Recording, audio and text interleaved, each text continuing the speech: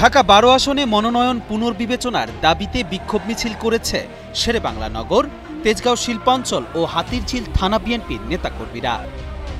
দলীয় মনোনয়ন পুনর্বিবেচনার দাবি জানিয়ে তারা ঢাকা মহানগর উত্তর বিএনপির সাবেক যুগ্ম আহ্বায়ক ও সাবেক কমিশনার আনোয়ারুজ্জামান আনোয়ারের পক্ষে এ কর্মসূচি পালন করেন।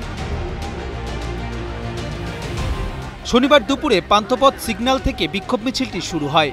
বসুন্ধরা সিটি শপিং মলের সামনে থেকে কারওয়ান বাজার মোড় ঘুরে বাংলা মোটর সিগন্যাল হয়ে সোনারগাঁও ঝাড়পোয়ারা এলাকায় এসে সংক্ষিপ্ত সমাবেশের মাধ্যমে শেষ হয়।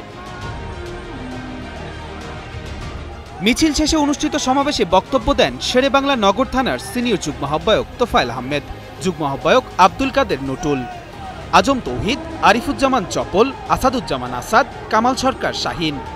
উপস্থিত ছিলেন তেজগাঁও শিল্পাঞ্চল থানার সিনিয়র সদস্য আমজাদ হোসেন, তেজগাঁও থানার যুগ্ম আহ্বায়ক সাইফুল উদ্দিন মাহমুদ, তেজগাঁও থানার যুগ্ম আহ্বায়ক সাইফুল উদ্দিন মাহমুদ দুলাল ও ইমাম উদ্দিন ইমাম এবং ৪ থানার বিভিন্ন ওয়ার্ডের নেতাকর্মীরা।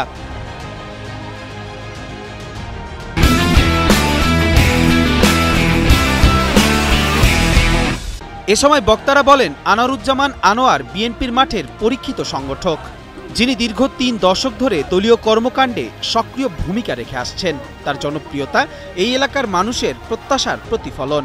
জনগণের স্বার্থ রক্ষায় ও গণতান্ত্রিক আন্দোলন আরও বেগবান করতে তাকে মনোনয়ন দেয়া উচিত বলেও তারা দাবি জানান। বিক্ষোভে ৪টি থানার বিএনপি ও সহযোগী সংগঠনের শত শত নেতাকর্মী অংশ নেন। অংশগ্রহণকারীরা শান্তিপূর্ণ কর্মসূচির মধ্য দিয়ে পুনরায় আনোয়ারুজ্জামান আনোয়ারকে মনোনয়ন প্রদানের দাবি জানান ও তৃণমূলের মতামতকে গুরুত্ব দেওয়ার আহ্বান জানান। কবির চৌধুরী, কালের কণ্ঠ।